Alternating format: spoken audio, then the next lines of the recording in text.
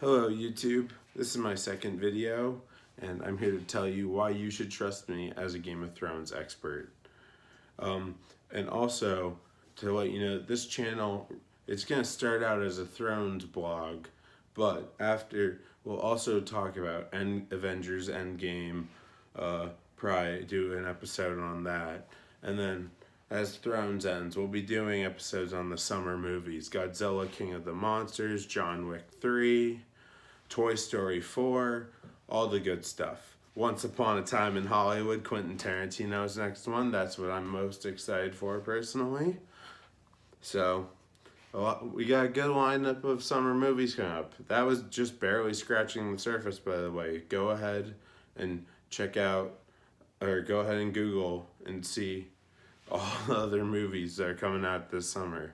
So, I've read every single book of Game of Thrones. I've seen the show through probably 10. Probably seen each episode 10 times at least. I've seen the show through full in its entirety, 4 separate times. My first time through, right after that with a girl I had a crush on. Then after that, I watched with a friend who had never seen it. After that, I got another friend into it. Unfortunately, we couldn't watch the whole. We watched the first 5 episodes together, but he binges so quickly. He finished the whole episode in the whole show in 10 days. So I've seen the show quite a few times, and what I have noticed what matters most about Game of Thrones and what makes it such a great show is the lack of plot holes. Let me give you an example.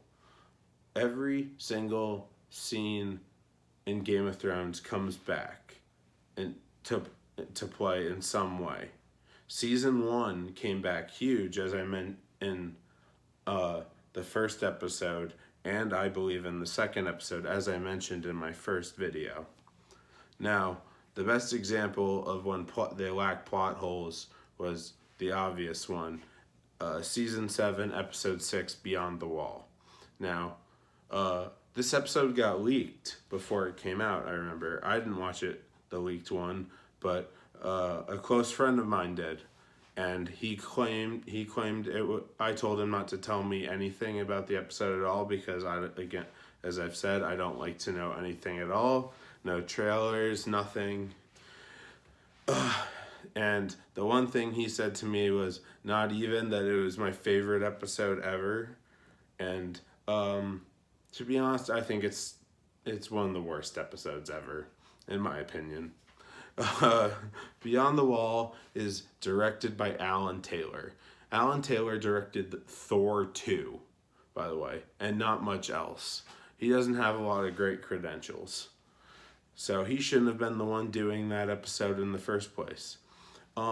It was so lazily written, so unbelievably lazily written of an episode that the plot holes just the whole 7th season was so lazily written. Actually, I'm just gonna spew about the 7th season for a second because they're past the books now, and now without George R. Martin's ideas, the quality is dropping quite a bit, I believe, in the writing.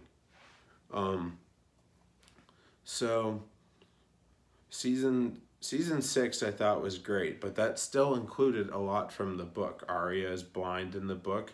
They decided not to make her, so Arya is blind in the book and wargs into Nymeria, as she controls her pack of wolves that you saw last season. If you're wondering why the wolves didn't go with her, it was simply because of budget. I don't think it had anything to do with that's not you parallel to, even though there is a parallel, it makes sense for the show, but it still saves their budget. So I guess it's getting 2 birds stoned, as my Trailer Park Boys fans would know. Moving on uh, to the plot holes of Beyond the Wall. So first, they go beyond the wall with the free folk. Uh, they go and some Night's Watch recruits. Uh, there's there's the cast of Jorah Mormont, Tormund Giantsbane, Jon Snow, uh, Beric Dondarrion, Thoros of Myr, the Hound, Gendry. Am I missing anybody? I don't think I'm missing anyone. We have only seen Gendry fight two defenseless people, but he is half half Robert Baratheon, the second greatest fighter ever in the Seven Kingdoms, and that's just my opinion. But another thing to show you how much I know about Thrones, the greatest fighter ever in the Seven Kingdoms, without a doubt. All show fans and book fans would have to agree with this, is obviously Sir Arthur Dayne, the Sword of the Morning, and his he's got a great sword, an absolutely great sword. It's something special. Apparently, in the books, they describe a battle between. By the way, his name is Dawn, and the Sword of the Morning is his nickname. So his sword is Dawn. They describe what would happen if Barristan Selmy and Sir Arthur Dayne. Sorry, I need a drink of water. 1 second. No water around here.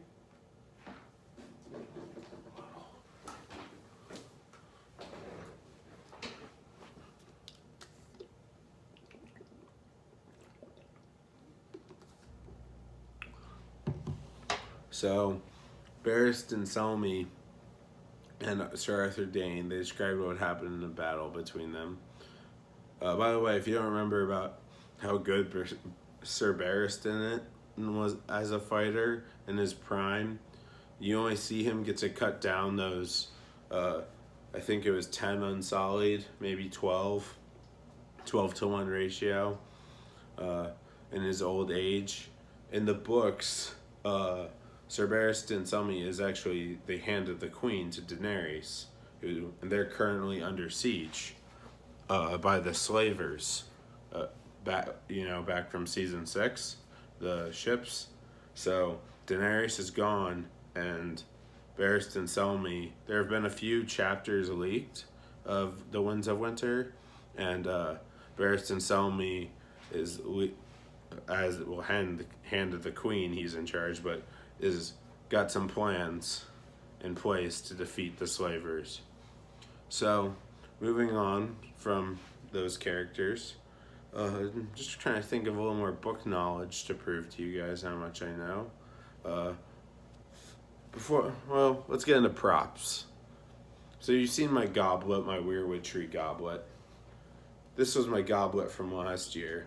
I bought a different goblet. This was for Infinity War, because as you can see, it's a real gauntlet.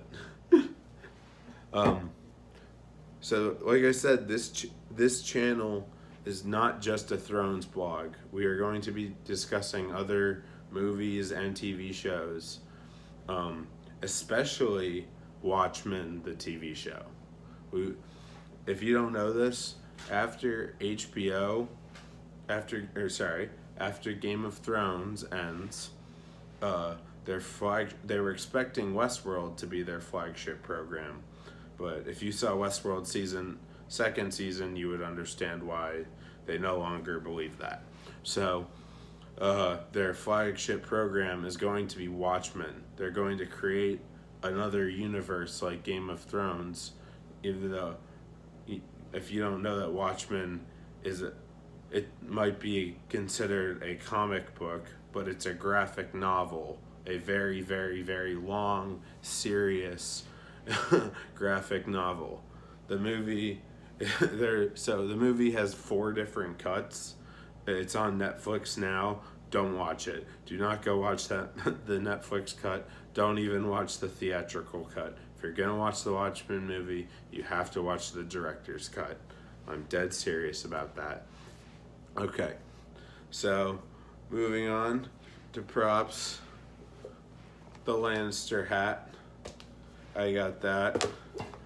I put on my Instagram story the day that the day of that I have a shirt that shirt with the hound that says fuck fuck the King's Guard, or like fuck, I forget the order. Fuck, what's the line? Fuck the city. Fuck the King's Guard. Fuck the king. So I have a shirt that says that. I wear that every Sunday. So it's actually in the washer right now. I gotta go put it in the dryer after I'm done with this video. Which we're really close to the end to, by the way. I'm just trying to prove to you some knowledge. So just to give you a little more Thrones knowledge on the books, maybe because you've seen the shows, or some stuff you might not know. So Bran is a very, very important character. Bran in the books has a whole different storyline, entirely different, just entirely different. That's why these weirwood trees matter so much, because they're very symbolic. You see the pattern at the end of that first episode that the White Walkers seem to be obsessed with? The patterns, they emerge around the weirwood trees. So every time you see a weirwood tree. So that means and they were seen in Dragonstone last season. So that means the children of the forest who created the White Walkers, obviously that symbol meant something to them as well, and could be the key to all of this in this show. So we're running out of time here, and I'm trying to wrap it up with something really good that you definitely don't know.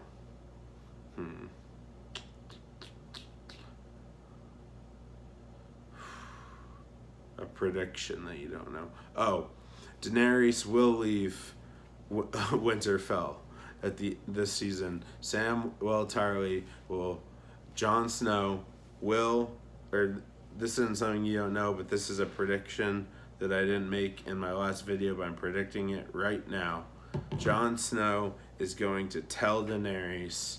It's gonna be a long conversation that they're related, so that he doesn't believe that they should, be in love, and that he is the rightful heir to the throne. Also, I think might even say that he's not gonna say he doesn't love her, but she's gonna ask him, "Do you love me?" And he's not gonna answer. And as not everyone knows, not answering is an answer. And so she'll fly away and with her Dothraki and with her army, setting up for the siege of Winterfell. And thank you for watching. If you took the time, I hope that you learned a little bit about myself before the next video, because the next video is going to be really good. Really, really good. So, thanks for watching.